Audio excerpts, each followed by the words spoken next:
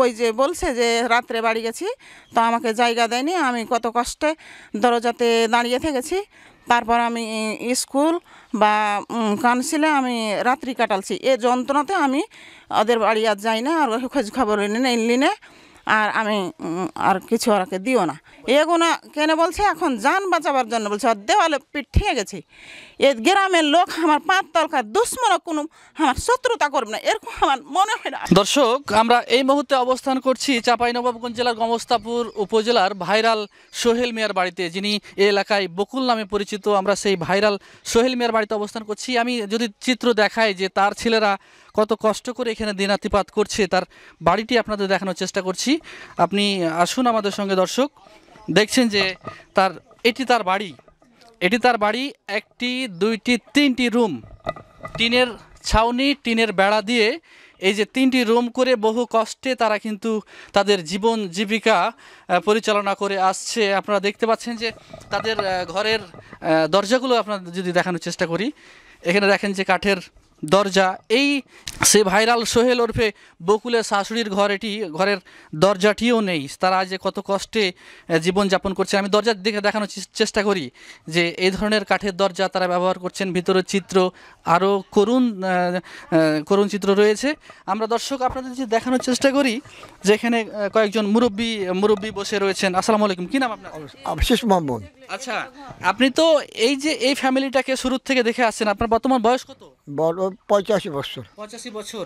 আপনার অভিজ্ঞতায় খুবই ছোট্ট করে জানতে চাই যে ওর বাবা যখন এখান থেকে নিরুদ্দেশ হয়ে যায় এদেরকে ছেড়ে, তখন সে সময় এরপরে এদের জীবনটা কিভাবে কাটলো? খুব কষ্টে কেটেছে।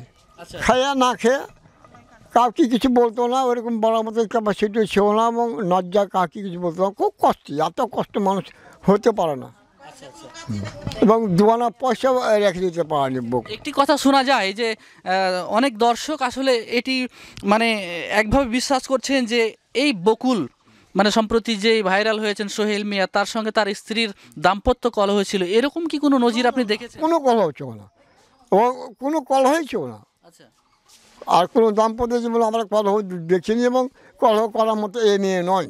সোহেল মিয়া ওরফে বকুল আপনার আত্মীয় স্বজন কেউ হয় কি? ভাগ্নে, আপন ভাগ্নে। আচ্ছা, আপনার ভাগিনা, আপনারা বলছেন যে আমার বোন যেটা মাটি পেয়েছে ভাগে, সেটাতে সোহেল বাড়ি করেছিল।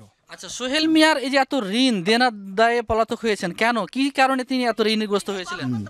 সে মানে ক্যাপাসিটির বাইরে খরচ করতো। আচ্ছা, ইনকাম যা আছে তার থেকে বেশি ব্যয় করতো, ফুটানি করতো। এটা কি আসলে সত্য কথা? এটাই সত্য কথা। নাকি তাদের সংসারে বিভেদ ছিল? না, কোনো বিভেদ ছিল না। আচ্ছা, প্রতিবেশী হিসেবে আপনারা কতটুকু জানেন যদি আপনার সঙ্গে কথা বলি?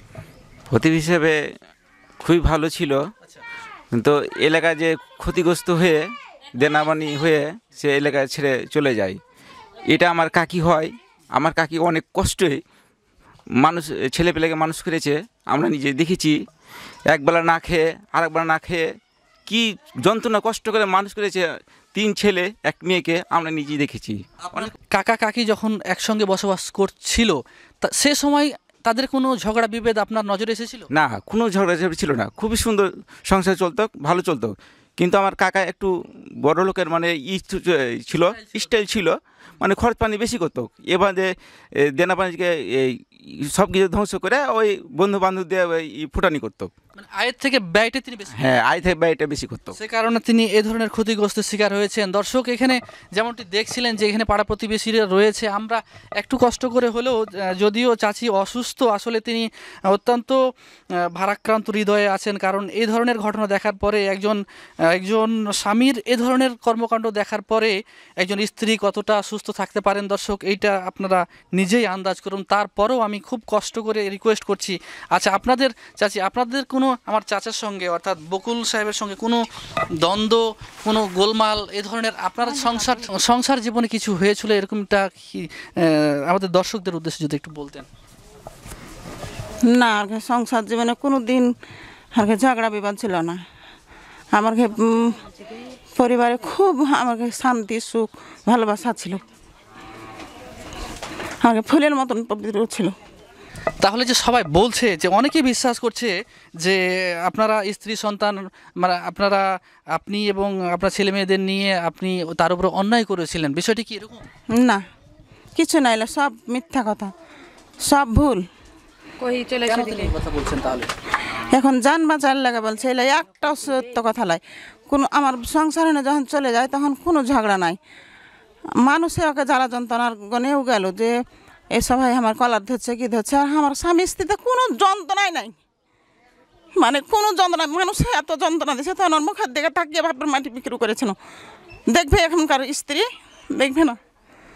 তারপরও তার মন পাইল না, তাও ভালোবাসনু যে বাইরে গেল কাজকর্ম করতে গেল, জানি না যে এরকম হ্যাঁ নিখোঁজ হয়ে যাবে আর এরকম মিথ্যাবাদী করবে আমার সাথে, জানি না।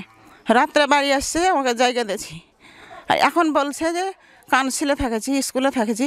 এরকম ওর মুখে একটা প্রশ্নের আমি উত্তর চাই যে এদেশে তো কাউন্সিলে থেকেছে, স্কুলে থেকেছে, তো এরকম আর কোনো বন্ধু কি আত্মীয় স্বজনে একটা সাক্ষী দেখ, ওই সাক্ষীটা আমি দেখতে চাই।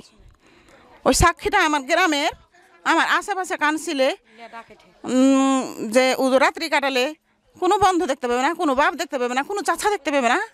তো এরকম আমি একটা সাক্ষী দেখতে চাই। মানে এই কথাগুলো যিনি বলছেন, এই কথাগুলো যে বলছেন তার প্রমাণ চাচ্ছেন আপনি? আমি প্রমাণ চাইছি যে আমি ওই যে বলছে যে রাত্রে বাড়ি গেছি, তো আমাকে জায়গা দেয়নি, আমি কত কষ্টে দরজাতে দাঁড়িয়ে থেকেছি। তারপর আমি স্কুল বা কাউন্সিলে আমি রাত্রি কাটালছি। এ যন্ত্রণাতে আমি ওদের বাড়ি আর যাই না, আর খোঁজ খবর নিলি না, আর আমি আর কিছু ওরাকে দিও না। তো এখন এগুলো কেন বলছে, এখন জান বাঁচাবার জন্য বলছে। আর দেওয়ালে পিঠ ঠেকে গেছে।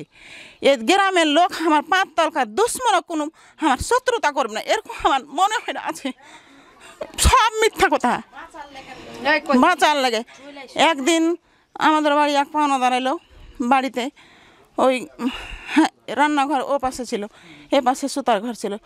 এই ঘরের টাটি কেটে ওকে আমি পার করনু যে না কোনো পাওনাদারে কোনো ক্ষতি করতে পারে। সে এখনও আমার বাড়িতে দাঁড়িয়ে আছে, আমার পাশে দাঁড়াতে বলেন। দর্শক, তার মানে বিষয়টি একেবারেই ক্লিয়ার, একেবারেই স্পষ্ট যে এখানে এই পরিবারটির মধ্যে, স্বামী স্ত্রীর মধ্যে এ পর্যন্ত কোনো দাম্পত্য কলহ কিংবা ঝগড়া বিভেদ ছিল না। এটি শুধুমাত্র একটি প্রতারণা মূলত। কারণ যে তিনি এখান থেকে ঋণের দায়ে নিরুদ্দেশ হওয়ার পর এই পরিবারটির সঙ্গেও যোগাযোগ করেননি, কারণ যোগাযোগ করলেই হয়তো তারা টাকা পয়সা চাইতো, এরকম এই ভয়ে কিন্তু মূলত তিনি যোগাযোগ করেননি, এমনটাই বলছেন তার স্ত্রী, স্বজন, পাড়া প্রতিবেশী সকলেই। তারপরেও অনেক মানুষ ভাবছেন, এখনও ভাবছেন যে তাদের দাম্পত্য জীবনে কলহ ছিল, কিন্তু একেবারেই এটি মিথ্যে কথা। সালাউদ্দিন আহমেদ, চাঁপাইনবাবগঞ্জ, গমস্তাপুর, বাঙ্গাবাড়ি ইউনিয়ন, সন্তোষপুর গ্রাম।